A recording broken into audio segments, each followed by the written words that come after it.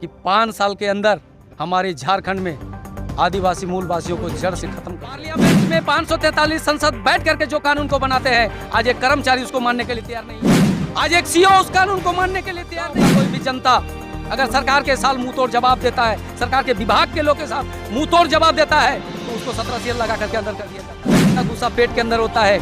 आज यहाँ की जनता नियम और कानून को नहीं जान रहा है। हमारे पूर्वजों को अंग्रेजों ने बना करके दिया। क्यों दिया? अंग्रेजों ने देखा कि यहाँ के आदिवासी, यहाँ के मूलवासी जान दे सकते हैं मगर जमीन नहीं दे सकते हैं। दूसरे पंचायत, दूसरा जिला, दूसरा राज्य, दूसरा स्टेट का आदमी आकर के दूसरे गांव में जमीन अधिग्रहण नहीं किया जा सकता है। वो कंपनी जो भतवा में आ रहा है को हमारा चाचा का बेटा भाई है। बल्कि यहाँ तक कि यहाँ के लोगों को, जिन लोगों का जमीन अधिग्रहण किया गया, उन लोगों को विकास से वंचित कर दिया गया। अगर सवाल करें यहाँ का जनता बीएसएल से, जो बिहारी लोग नौकरी कर रहे हैं, उसका बाप का जमीन कितना गया? विस्थापन दुनिया का इतना दर्दनाक घटना है, वो ना जी पा रहे हैं ना मर पा रहे हैं। कैसे कह सकते हैं कि ये जमीन आप लोगों की है, बीएसएल की नहीं? सबसे पहले तो यहाँ बीएसएल का कुछ है भी नहीं। जो भी जमीन है वो तो ग्रामीणों का ही है, लेकिन बीएसएल देने वाला कौन होता है? उस तो मालिक है नहीं, वो तो लीजधारी आदमी है, डीडधारी आदमी तो नहीं ना है। जांच होता है तो अधिकारी ही तो फंसते हैं। अधिकारी गलत करते तब फंसते हैं। जंगल जमीन से बेदखल करना बंद करो, बंद करो, बंद करो। आदिवासी मूलवासियों को जंगल जमीन से बेदखल करना बंद करो, बंद करो। मौजा के अंदर 1000 एकड़ जमीन किसी कंपनी को देने की बात सामने आ रही है। उसको लेकर ये तमाम जो भीड़ आप देख रहे हैं, ये लोग अपने हक अधिकार को लेकर कि ये ज़मीन हमारी है, बोकारो इस प्लांट की नहीं है, लेकिन ये तमाम बातों को हम समझने की कोशिश करते हैं। सबसे पहले हमारे बीच में है हाईकोर्ट के अधिवक्ता बिरसा हंसदा जी हैं। बिरसा हंसदा जी, आपका ग्रामीण टीवी में स्वागत है। और ये आप लोग कैसे कह सकते हैं कि ये ज़मीन आप लोगों की है, बीएसएल की नहीं है? सबसे पहले तो यहाँ बीएसएल का कुछ है भी नहीं। जो भी जमीन है वो तो ग्रामीणों का ही है। अच्छा, बीएसएल कहीं से लेके तो आई नहीं है। अभी तो बीएसएल जमीन दी तब न जाके धनगरी में लगभग 16 घर को उजाड़ के 25 परिवार को रोड पे ले आई। बीएसएल ग्रामीणों को बेवकूफ़ समझ रही है। बीएसएल यहाँ का मालिक नहीं है। बीएसएल यहाँ सरकार अधिग्रहण में दिया है। जब अधिग्रहण में दिया हुआ आदमी मालिक कैसे हो सकता है? मालिक तो यहाँ का रैयत होगा, जो ग्रामीण होगा, जो पूर्वज ऐसे जंगल को काट कूट करके, पीट पाट करके यहाँ खेत बाड़ी बना करके मकान बनाया, गांव बनाया। आज बीएसएल अधिग्रहण में ले लिया तो मालिक कैसे हो जाएगा? उन्होंने खरीदा ना जमीन। उन्होंने खरीदा नहीं है, लीज पर है। खरीदना और लीज पर लेना दोनों में बहुत अंतर है।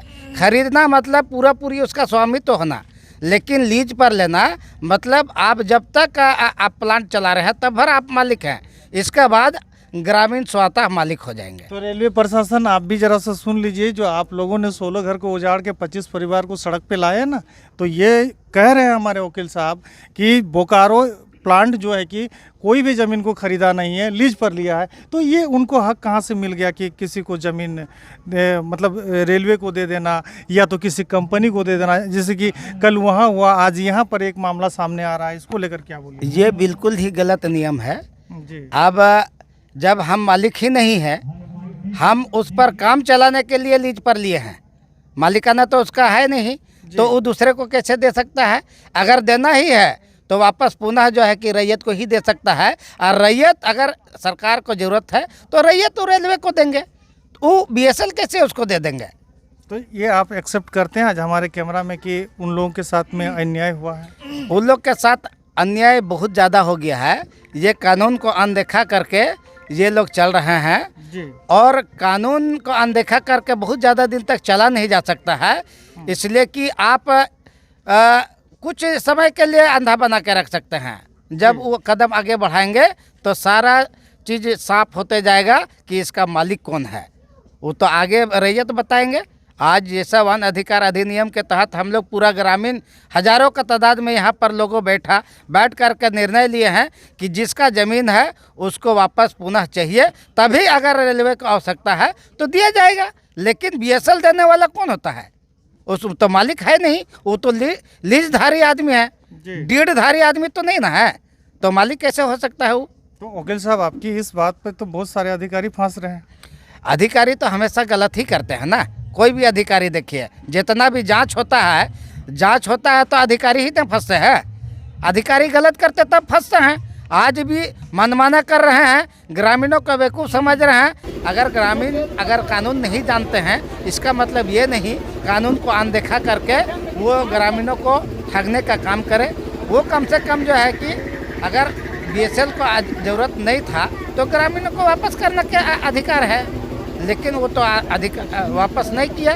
तो वापस नहीं किया तो फिर वो दूसरे को देने का अधिकार तो उसके पास कानून में प्रावधान नहीं है, तो कैसे वो दूसरे को दे रहे हैं? कैसे आप लोग दूसरे को ज़मीन दे रहे हैं, कैसे किसी कंपनी को दे रहे हैं, कैसे किसी रेलवे वाले को दे रहे हैं? ये आप लोगों को जवाब देना पड़ेगा, क्योंकि आप लोग जिस तरह समझते आए हैं कि झारखंड को जिस तरह बेहताशा आज यहाँ के तमाम पोस्ट पर, जो बड़े बड़े पोस्ट पर है, सारे लोग यहाँ के मिट्टी से उनका अस्तित्व नहीं है। इसीलिए हमारे लोगों के साथ बहुत अन्याय हो रहा है। और आज आप लोग देखें किस तरह ये जो अधिवक्ता साहब हैं, राजेश जी हैं, तमाम लोगों ने इन गांव के लोगों को किस तरह कानूनी किताब दिखाकर, कानूनी बात करके इन्हें अपने हक अधिकार को समझा रहे थे। अच्छा राजेश जी, और आगे का क्या प्लान है? सबसे पहले मैं सबों को झारखंडी जोहार। मैं राजेश कुमार महतो, मैं बोकारो ज़िले के कसमार प्रखंड सिंहपुर गांव का रहने वाला हूं, और मैं फ़िलहाल झारखंड जंगल बचाओ आंदोलन का सेंट्रल प्रभारी भी हूं। सबसे बड़ा ये सवाल जो है, अभी जो हमारे गांव का जो संसाधन की मामला है, इस पर जो सवाल आया, हमारे गांव में जो भी संसाधन, प्राकृतिक संसाधन जो है, आप 9वीं अनुसूची को निकाल करके देखें। 9वीं अनुसूची में साफ जिक्र है कि हमारा ज़मीन में जो भी संसाधन है उसका मालिक हम हैं। अच्छा। हमारा गांव में जो संसाधन है उसका मालिक हमारा गांव सभा है। आप पेशा कानून का धारा 4 को निकाल करके देखें। पेशा कानून 1996 का धारा 4 में इसका जिक्र है कि हमारा गांव सभा के अंदर जो भी संसाधन है उसका मालिक हमारा ग्राम सभा है। आप वनाधिकार कानून का धारा 4 का उपधारा 8 को देखें, उसमें भी इसका जिक्र है कि हमारे गांव सीमा के अंदर अगर कंपनी, राज्य सरकार हो या केंद्र सरकार हो, विकास के नाम पर जो ज़मीन अधिग्रहण किया है, 5 साल के अंदर उस ज़मीन पर जिस प्रयोजन के लिए ज़मीन अधिग्रहण किया गया, चाहे राज्य सरकार के द्वारा हो या भारत सरकार के द्वारा हो, 5 साल के अंदर उस प्रयोजन में उस ज़मीन का उपयोग नहीं किया गया तो उस ज़मीन का मालिक पुनर्रैयत होगा। ये मैं नहीं कहता हूँ, जो केंद्र सरकार ने ये कानून बनाया है उस कानून को आप निकाल करके देखें। तो इतने सारे कानून को जो है कि ये जिला प्रशासन हो या कोई भी एसडीओ साहब की बात सामने आती है, ये तमाम लोगों को क्या जानकारी नहीं है? इन लोगों को सारा जानकारी है, सारा जानकारी है। हमारे इन गांव के लोगों का अधिकार को क्यों वो लोग छीन रहे हैं? उन लोग अधिकार, हमारे यहाँ जो जितने भी अभी कंपनियां आ रहे हैं, अभी इस कानून का जो खुलेआम जो उल्लंघन हो रहा है, हमको लगता है कि जो इस कानून को उल्लंघन इसलिए किया जा रहा है, इससे साफ जाहिर है कि झारखंड अलग होने के बाद यहाँ के जो भी सरकार जब बनी है, ये लोग बड़े बड़े कंपनियों, पूंजीपतियों के साथ, अडानी हो, अंबानी हो और जितने बहुत सारे कंपनी हैं, उन लोगों के साथ जो एमओयू किया है, उससे साफ जाहिर होता है कि 5 साल के अंदर हमारे झारखंड में आदिवासी मूलवासियों को जड़ से ख़त्म कर दिया जाएगा। ये पूरा साजिश है। इन लोगों को नियम और कानून से कोई मतलब नहीं है। अगर यहाँ की जनता केंद्र सरकार का जो बनाया हुआ कानून है, पार्लियामेंट में 543 संसद बैठ करके जो कानून को बनाते हैं, आज एक कर्मचारी उसको मानने के लिए तैयार नहीं है। आज एक सीओ उस कानून को मानने के लिए तैयार नहीं है। उसके लिए देशद्रोह नहीं है, उसके लिए 17 सीएल नहीं है। आज गांव का कोई भी जनता अगर सरकार के साथ मुंह तोड़ जवाब देता है, सरकार के विभाग के लोग के साथ मुंह तोड़ जवाब देता है, तो उसको 17 सीएल लगा करके अंदर कर दिया जाता है। उसके ऊपर देशद्रोह का एक्ट लगा करके उसको अंदर किया जाता है। गरीब का गुस्सा पेट के अंदर होता है। आज यहाँ की जनता नियम और कानून को नहीं जान रहे हैं, इसलिए क्या हो रहा है? यही लूट हो रहा है। कहीं जमीन का लूट हो रहा है, संसाधन का लूट हो रहा है। आज बीएसएल बना क्यों? आप सीएनटी एक्ट कानून का धारा 46 को निकाल करके देखें। 1908 में हमारे पूर्वजों को अंग्रेजों ने बना करके दिया। क्यों दिया? अंग्रेजों ने देखा कि यहाँ के आदिवासी, यहाँ के मूलवासी जान दे सकते हैं मगर ज़मीन नहीं दे सकते हैं। अंग्रेजों ने 1908 में हमारे पूर्वजों को CNT एक्ट कानून का धारा 46 एक ऐसा कानून बना करके दिया जो यहाँ के आदिवासियों को, यहाँ के मूलवासियों को कोई उसका ज़मीन से कोई बेदखल नहीं कर सकता है, उसका ज़मीन बिक्री नहीं होगा, उसका ज़मीन कोई खरीद नहीं सकता है। उसी CNT एक्ट कानून का धारा 46 का उपधारा ख में लिखता है कि दूसरे गाँव, दूसरे पंचायत, दूसरा जिला, दूसरा राज्य, दूसरा स्टेट का आदमी आकर के दूसरे गाँव में ज़मीन अधिग्रहण नहीं किया जा सकता है। वो कंपनी जो भतवा में आ रहा है को हमारा चाचा का बेटा भाई है, भतवा का मूल निवासी है, उसको कोई राइट नहीं बनता है। विकास के नाम पर जो जमीन अधिग्रहण किया गया उसी को धारा 50 में उसका खंडन किया गया है कि जिस गांव के लोगों को विस्थापित किया जाएगा उसको वहां का सरकारी रेट के आधार पर उस परिवार को मुआवजा मिलनी चाहिए, उसको मूलभूत सुविधा मिलनी चाहिए, उसको पुनर्वास मिलनी चाहिए, उसको नौकरी मिलनी चाहिए। अब मूलभूत सुविधा को अगर यदि हम कह सकते हैं तो यहाँ की पानी की व्यवस्था, बिजली की व्यवस्था, रोड की व्यवस्था, स्वास्थ्य व्यवस्था, शिक्षा व्यवस्था क्या यहाँ की BSL की सरकार के द्वारा किया गया? बल्कि यहाँ तक कि यहाँ के लोगों को, जिन लोगों का जमीन अधिग्रहण किया गया उन लोगों को विकास से वंचित कर दिया गया। यहाँ के लोगों का आय, जाति, आवासीय प्रमाण पत्र नहीं बन रहा है। आप 4 को नौकरी दे दिए, अभी यहाँ जो नौकरी कर रहे हैं जिनका जमीन गया उनको नौकरी नहीं मिला। जीता जागता उदाहरण बोकारो में है।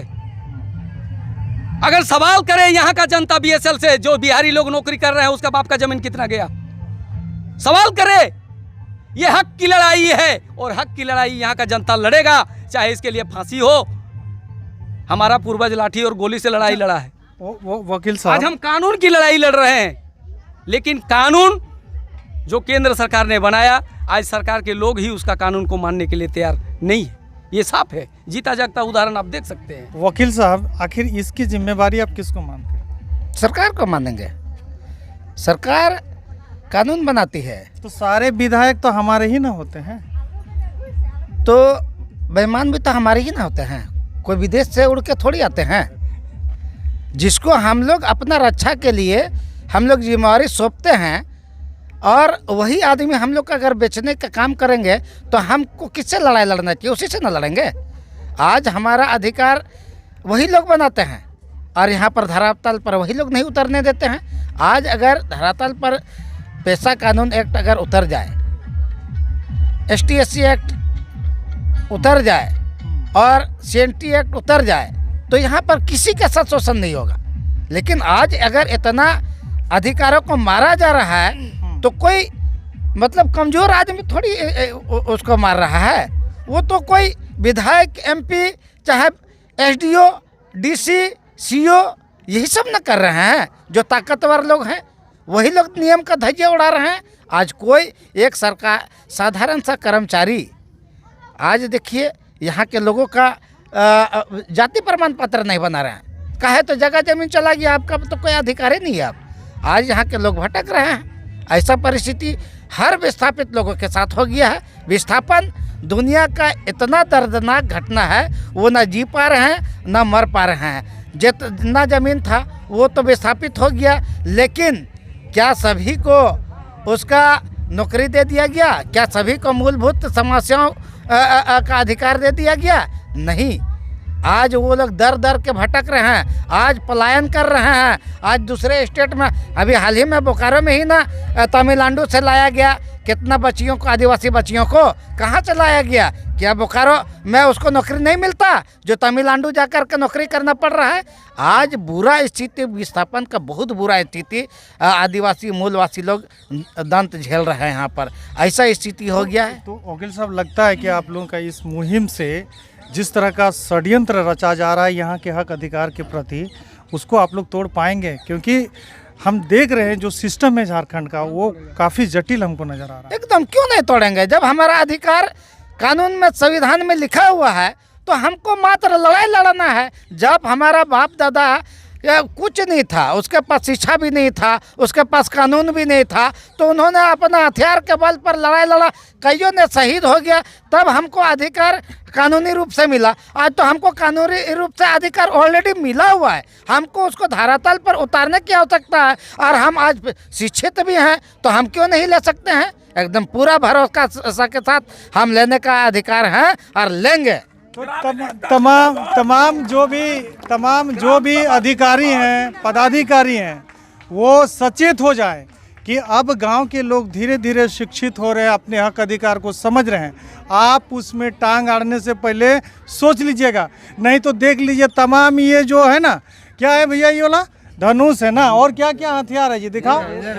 अगर इन लोगों का हक अधिकार के प्रति अब आप लोग कुछ कीजिएगा तो ये तमाम चीज़ देख लीजिए, हमारे माँ बहन सब लेकर खड़ी है, क्योंकि यहाँ जिस तरह संसाधन को लूटा जा रहा है।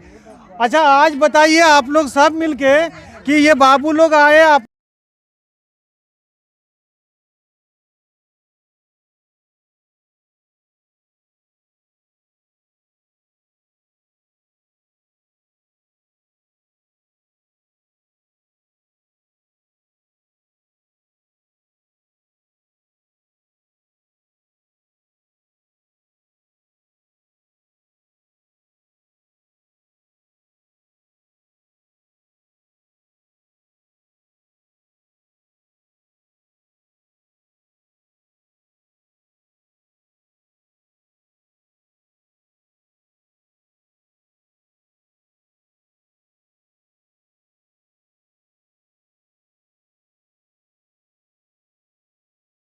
आप लोग को समझाए हक अधिकार के बारे में, कितने लोगों को समझ में आया? एक बार जरा ताली बजा के हाथ बजा के दिखा दीजिए।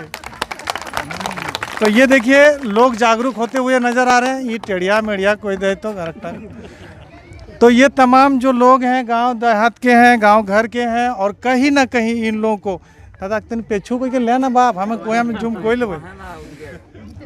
ये जो तमाम जो लोग हैं, सारे लोग हैं, मैं थोड़ा खोटा भी जानता हूँ लेकिन बुझ के नहीं पड़े, लेकिन इतना हम कोई दे बाबू नीन कि तोहरा नीन इतना जो हक अधिकार बात भेले आज कराए भोथुआ के काली मंदिर प्रांगण में सब गिला एकदम कंठस्थ कोइले याद कोइले। और सिर्फ भोथुआ के लोग याद ना करिया, ये बेडियोटी जोते दूर तक जीते तोते दूर के लोग के याद करवा।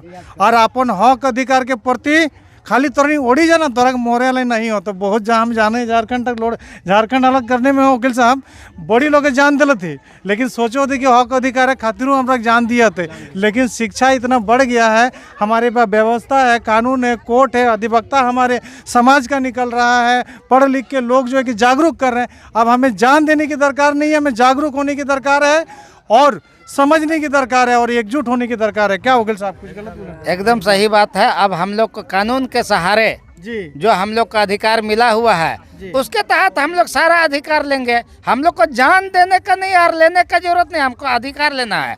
जान देना नहीं है और न किसी का लेना है, हमको अधिकार लेना है। बिल्कुल बिल्कुल। और ग्रामीण टीवी आप लोगों से विनम्र विनती करती है कि थोड़ा मुर्गादारों को साइड कीजिए और थोड़ा समझदार होइए और थोड़ा कानून को समझिए। मैं इसलिए कह रहा हूँ भैया क्योंकि हर जगह ये चीज़ बड़ी शिकायत आ रही है। मैं इसलिए कह रहा हूँ कि थोड़ा समझदार बनिए, एकजुट होइए, अधिकार को लीजिए अपना ना वकील साहब। एकदम सही बात। तो चलिए बहुत बहुत शुक्रिया आप